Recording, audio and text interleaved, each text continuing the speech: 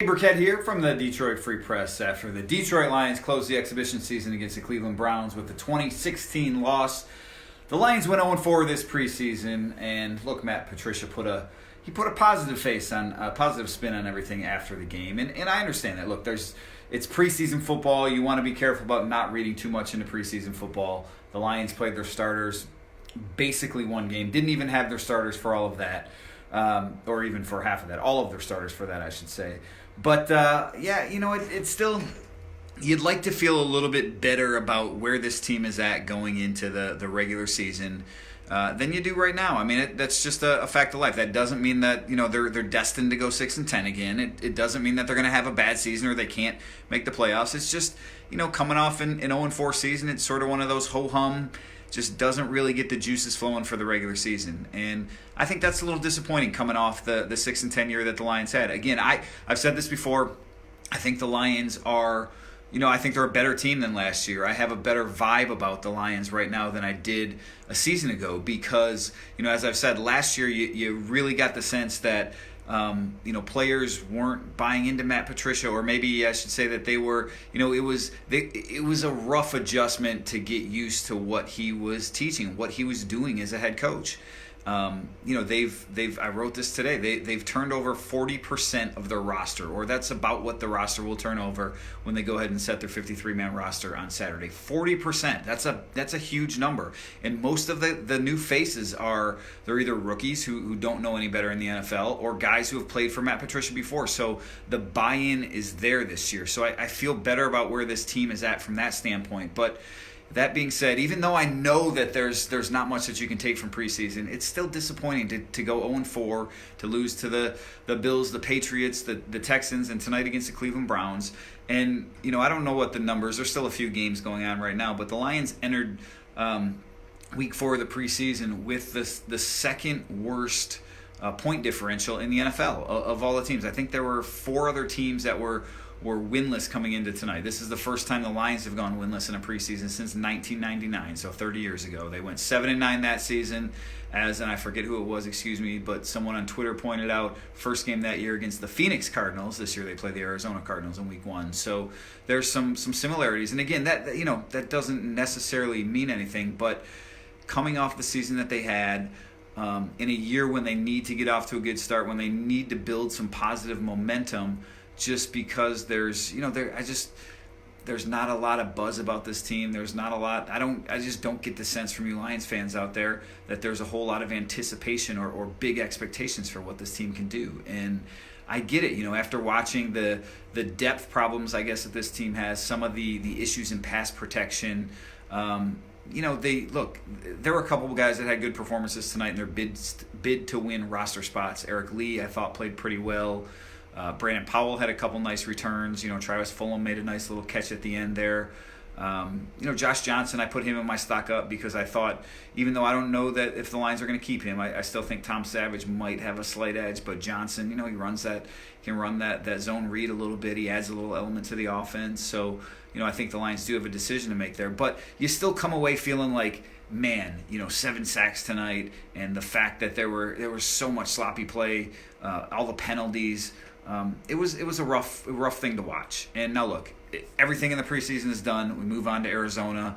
Lions against the Cardinals. I guess it's 9 days from today. They open the regular season. 10 days from today, they open the regular season, and that's a must win. I mean, that's a game that they absolutely have to win. The Arizona Cardinals, to me, are one of the 2 worst teams in the NFL, along with the Miami Dolphins. It's a rookie quarterback. I know it's on the road, but it's a first-year head coach.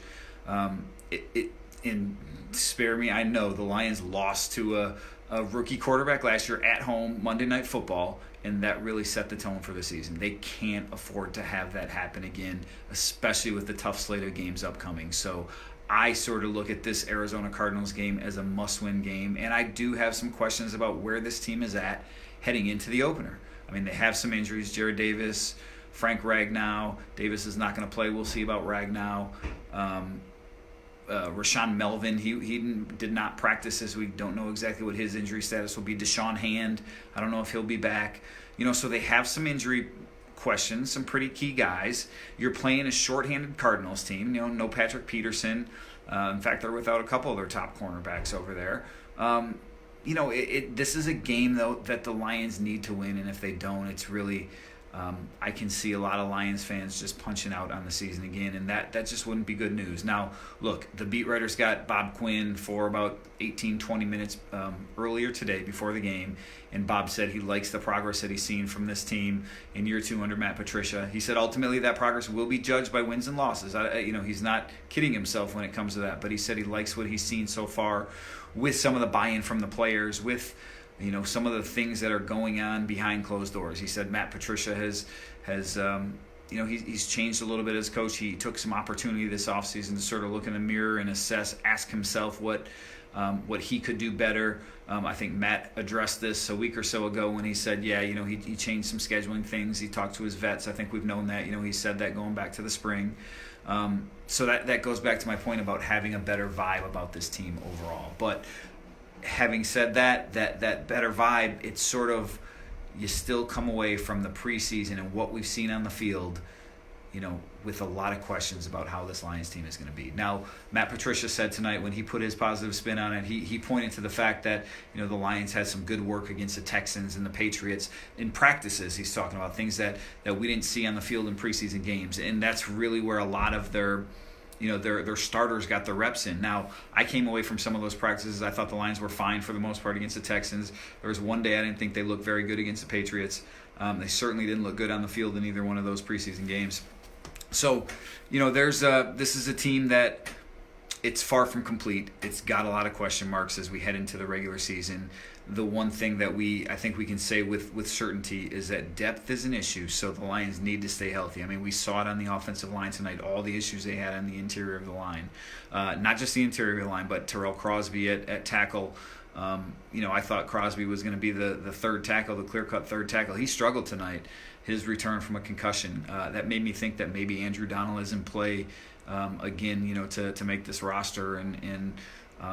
But yeah, if the Lions have any issues on that offensive line, injuries on that offensive line, it's going to be a long season. They have no depth at wide receiver either. Kenny Golladay, I think, is destined for a big year. Beyond that, I'm not sure. Danny Amendola is going to catch some passes, but is he going to average 7.5 yards a catch, or is he going to average 10 yards a catch? We'll have to see what we get from Amendola and what we get from this offense, because we've seen so little of Matthew Stafford out on the field this summer, so little of that first team offense that we don't really know. We know they're going to run the ball more. We know Kerryon's going to get his touches.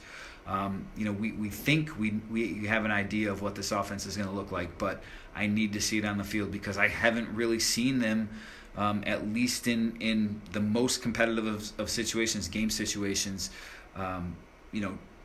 tackle to the ground, I guess. Yeah, look, Nat, you're right. 0-4 during the preseason. You're right. It's preseason. I think we can all acknowledge that. It's preseason, and the record doesn't matter. But you can still come away from preseason not feeling great about what they accomplished on the field, or having some of the concerns amplified especially about some of the depth issues, because in the NFL, depth comes into play so much. There's so many injuries, there's so much turnover that you need to have good depth, and the Lions don't. They don't on their offensive line. Their secondary, that's been an issue all year. We've seen some of these injuries stack up. I think at the offensive skill positions, I worry about the depth there. So I think depth certainly is still an issue for this Lions team. I think they have a pretty good starting 22. They're not the best in the league. They're certainly not the worst in the league. But how often does a team make it through a league a year unscathed? It just doesn't happen. So that's why I think, as much as you can say yes, ignore the records, throw them out. We don't want to read too much into that 0-4 record, first time in 30 years. It's still okay to have a little bit of queasy feeling in your stomach about exactly what they've done. So, it's one of those things. Sorry, we just had a visitor come into my little room over here at the Brown Stadium. But yeah, no, it's one of those things where ultimately, this is going to play out over the next 17 weeks. And, I have to file my record prediction here in the next 24 hours or so, 36 hours maybe, on what I think the season is going to be. I sort of went through and did a rough draft on it. I had them 8-8. Couple surprises in there. I had them really holding their own, I had them beating the Chargers in week 2, home game. But I don't know. I need to ask around the league, just some pro personnel guys, just to sort of hear who they think some of the stronger teams are in the NFL, what they think of the Lions roster overall, knowing again that we haven't seen this team anywhere close to full strength. Matthew Stafford playing sparingly. Most of that defensive line has played very sparingly. Some guys, Trey Flowers, not at all. It's imperative again to keep those guys healthy because the Lions are very thin. And after going 0-4 in the preseason, and not just 0-4, but the way that they played, the way the backups played, that point differential that I talked about, the penalties. I mean, we saw so many penalties out here tonight. The sloppiness that really, gives me pause about this team taking a big step forward in 2019. All right, that'll do it. It's about midnight here in Cleveland. I got to get to bed. Driving back home early tomorrow. We're actually going to meet one of my buddies here, play a 6 a.m. game of basketball before I leave. So I'm going to sign off for now. But again, the Lions wrap up the preseason with a 2016 loss to the Cleveland Browns. They open the regular season next Saturday against the Arizona Cardinals, and it should be an interesting season. We'll see if they can start off the year on the right foot, unlike last year. Similar situation, similar rookie quarterback. They need a good start. That'll do it from here. I'm Dave Burkett, Freep.com.